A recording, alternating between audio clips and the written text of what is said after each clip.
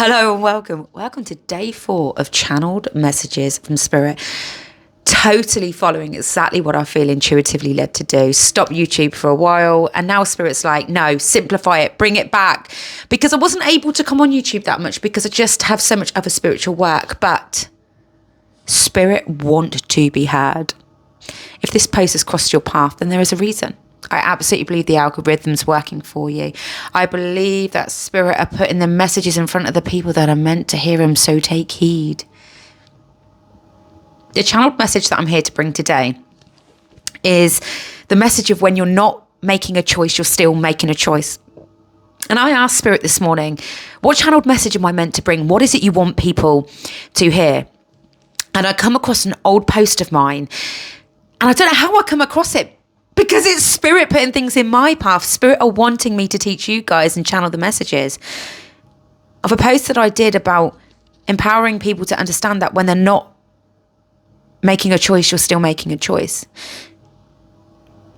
And we are so scared to make choices because we're scared that the outcomes are not going to be the right ones, or we're scared that if we make the wrong choice, then we're going to have to pay the price, and this overwhelms us in the choices that we make. And we've never been taught in childhood to make choices. Everything was chosen for us: what we wore, what we did, what we said, how we acted. So this hasn't been able to develop the part of us, the part of our psyche, the part of our energy that feels comfortable with making choices. And if there's anything that I really cross paths with, is people that, especially in the work that I do as a trauma-informed healer, energy healer and therapist, people are so scared to make choices. You're scared to make choices because you're like, well, what if it's the wrong choice? I don't know what choice to make. My brain is overwhelmed from even thinking about the fact that I need to make a choice. So then what they do is they don't make a choice. But what they don't realise is by not making the choice, they're still making a choice. But by not making a choice, you have no power over how anything is going to work out. You are a slave to just things working out, not necessarily how it's meant to. Because in our life, we have to recognize that 50% of our life is about the action that we create, and 50% of our life is about the divine plan for us, the cause and effect and the energy.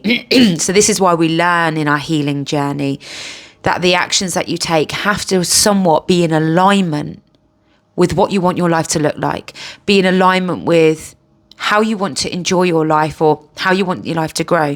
And if you don't face fear and do it anyway and step out of your comfort zone, and you keep aligning to old behaviors, you're going to keep manifesting old things. You're going to keep crossing old cycles. And one thing I teach my clients is actually you have to start learning to make choices. And when you're learning to make choices, you have to recognize that there's no such thing as a bad choice if you are following your heart or you're following an intuition. If you always make a choice based on what you think you should do, you sometimes are going to come a cropper. Because doing what you think you should do is going to end up coming out with things that are not always right for you, because it wasn't based on what you really wanted. It was based on what you thought you should do. And we all live our lives like that, doing what we think we should do and then being really unhappy with the outcomes, because guess what? It's what you thought you should do based on what other people have told you should do, or insinuated that's what humans do. So we have to start learning to make choices that sometimes are uncomfortable, sometimes are going to hurt another, but we know behind it, it wasn't set in intention to hurt another. It was because it was what right for us. If I have to say no to my friend who wants to see me because actually I'm tired and overwhelmed and spent too much time seeing everyone, yes, it's going to hurt my friend, but I have to say, please don't take it personally. I need to do this for me. It's a choice that I have to make, because if I go, I'm going to feel resentful. I'm going to feel like I don't really want to be here. I'm fucked off. My friends take the piss out of me. They never support me when I need support. Because what I'm doing is I'm making choices that I think are right and that are aligned to other people, but totally go against my own needs, go against validating myself, go against supporting myself. And there has to be a balance in this, because sometimes you make a choice that is going to support another, or a choice that is right for another, but it's never going to be hugely detrimental to you. It's one that you're willing to compromise on, because that's what we do. We compromise to a certain degree. But when you compromise everything of yourself, you will never get anything good from that, because it doesn't matter how much you're trying to please another. If you always bypass yourself, you will always be sad, frustrated, resentful, unhappy. And then you'll pull away from people. But this isn't actually necessarily about choices with people. This is choices in general. If you are unhappy in your job and you're scared to make a choice to leave that job because you're scared of what the outcome will be, you're scared it might be the wrong choice, and then you don't leave that job, you'll end up faced with a situation where you're either sacked because the productivity is low, or they can see that things aren't working out, or the universe knows that job's not aligned for you, so you end up sacked, or you end up mentally burnt out and taking time off, or you end up in a job completely resentful every day because you're so scared to make the choice that's right for you because you're fearing it's the wrong one. But what you're not realising is the choice that you're committing to, you already know is the wrong choice, but it's something you're comfortable in. The human brain and energy seeks comfortability. It seeks for you to continue to do the things that you're used to doing, even if they're not right for you. Meaning, you're used to putting everyone's needs before yours. And you know, okay, I need to change this. But when you start changing it, it feels really uncomfortable. You feel selfish. You feel like a bad person. But the truth is, you feel all of those ways because it's been ingrained in you to not do it. And anytime we do something that is different, it's uncomfortable. And we have to teach you. I have to teach you. I want to empower you. I want Spirit to empower you, to teach you that just because it's uncomfortable and feels wrong doesn't make it wrong. You have to bring into the awareness of why you need to do something. Not making a choice to face something in your relationship that needs to be faced doesn't mean it's going to go away. It means that you're still making a choice to not face it. So when the anger and resentment builds because you've not faced it and you feel unheard, unsupported, unloved, and they do, resentment builds. And then if you split up, or if the relationship goes down, and hits the rocks, you will go, well, we just fell out of love. Well, it just wasn't. No, you made a choice to not face it. So many people feel unempowered in their life, but they don't realise they're unempowered because they're not showing up to making choices. That they're allowing life to lead them, that they're allowing external things to drive them and keep them trapped, that you just do what you think you should do, but every day you're faced with choices. Do the same thing or do something different. To heal, you have to have the choice of 51% energy towards healing and 49% energy towards your pain. But if you have 70% of energy towards your pain, or 80% or 90%, and you're going to keep getting the same things. Even if you actually make 70% of energy pain, but 20% to healing, but previously it was 100% towards your pain, you're still going to get better things. You only need to change something small. How I lost weight. I lost weight and it took me ages to lose weight, but I had to recognise that I wanted to lose weight gradually, and actually being stuck in the cycle of self-sabotage, which really was, I'm going to lose weight really quickly and I'm going to keep it off. Well, I was never working on my mindset. I was never working on my connection to food and how I felt about food. I was just trying to change something externally just through doing something different. But you have to connect to why do you want to do it different. So I just changed a couple of things I dropped takeaways. I lost weight really quickly just dropping takeaways. And then I wanted to reintegrate takeaways back in, but one a week. Or if I'm going to eat that takeaway, I'm going to recognise what other calories I'm eating. So I didn't have to completely change everything. I just changed something small. Change doesn't have to be big. But majority of you all of you that are watching this post are avoidance of choices. And the reason for that is because you're scared of change. But what you really need to be scared of is staying the same. Because for every time you avoid change, you're not stopping change happening. You're just having no power over that change is happening. And you feel unempowered because change happens around you. that you have no choice over, because the choices are not being made. Change is painful, and anyone that has had lots of change in their childhood or has been made to always try and be the same will fear change in adulthood, because change has never been positive for them. Change has always felt uncomfortable. Change has always brought something negative. But when we realise that actually change just brings something different, and if we label it negative or positive, the truth is it just is. It really just is. And it might feel negative, but how often do you end up in a situation that feels completely negative, but when you see the lesson in it, you feel so thankful because you've grown from it? Anything that's here to teach you to grow is going to be painful at first. Facing change, so making choices to face change is uncomfortable. But what's the alternative? Change, believe you're changing nothing when everything really is changing, such as time changes, people around you change. And the more you try not to change, the more you're avoiding the fact that you are changing, just not in the direction you want to change in. But you still end up in the same cycles.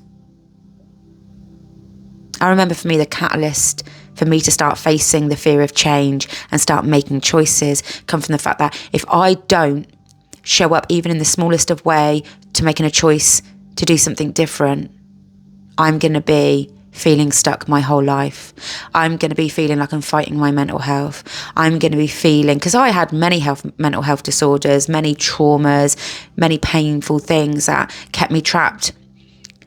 And every time I didn't make the choice to heal, I was really making the choice to not necessarily stay the same, but stay trapped in the same cycles, trapped in the same pain. You're never avoiding change. And that's something I have to tell you. You think by not making a choice or not making a change actively that you're avoiding it. You're not. You're just avoiding the ability to have some power over how it may look. And when I say power over how it may look, it doesn't mean you can control the situation. But it does mean that you can start navigating how you show up to it. Start building, helps you build resilience and confidence. And when you build resilience and confidence to face change and choices, the sky is the limit. Because when you start to realise that actually you don't have to be entrapped by fear, because fear is a natural thing. You are able to feel the fear and do it anyway. Fear is meant to be ingrained in us because we're meant to have fear so that we don't put our hand on a stove that's burning, so that we don't run out into a car, so that we don't fight a bear and think we're going to win. We're meant to have fear. We're not meant to eradicate fear, but we're meant to look at when fear is driving us because we've fed it. Because if we feed fear, it will drive us more and more, and your world becomes smaller and smaller and smaller. But when you start to face fear and go, yes, you're here because it's scary, change is scary, choice is scary, you will be able to navigate situations that will help you grow. And this doesn't mean, one thing that I want to say to you is, when you don't make a choice because you're scared of making the wrong choice, in the grand scheme of things, if you're following your intuition, you're doing what you're feeling called to do, it's not a wrong choice. It's a choice that's meant to be a lesson or a blessing. Because not every choice can be a blessing. When people heal, they think, I'm going to heal to an abundant life, that everything's going to be a blessing, everything's going to be amazing. That's just not true. What healing was there to do for you was to give you the toolkit so that you could navigate the hard times, so that you weren't a slave to them, defined by them, trapped by them, so you could allow them to happen, allow yourself to flow with them and feel them and navigate them. So people who are avoidant of change and choices because they feel it's the wrong path, and following that gut is, if you're feeling called to explore something, do something, then that's your intuition telling you. You need to talk to that friend. You need to walk away from that friend. You need to, and I'm not, sometimes intuition can be skewered by wounds, but but one thing that I want to say to you about the difference between intuition and wounds, which is a whole nother video, is your wounds will be critical, negative, rude, and tell you all these horrible things about yourself and others. Your intuition, it will just tell you that this doesn't feel right. This isn't right. I don't know why, but something's off. I think I need to explore this. I think I need to walk away from this. Your intuition is neither good nor bad. It's there to support you. But I want this video to cross your path because you clearly are being asked to start showing up to some changes in your life, showing up to some choices, and you don't have to go at it hard or go home. But start realising that you have a choice. You will feel unempowered by friends and children who expect a lot of you because you're not believing you have a choice to say no. You're not believing you have a choice to not do it because you're trying to avoid uncomfortable feelings of being a bad person, not good enough. When you realise you do have a choice, you just have to sit with the uncomfortableness that choice brings and bring into reflection that choice is having to be made for a reason. You will start to feel empowered.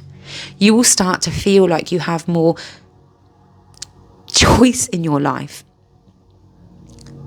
Because when I work with clients, I see them feeling very unempowered, because they've never been taught the power of choices, the need to face fear, and that change is inevitable whether you connect to it or not.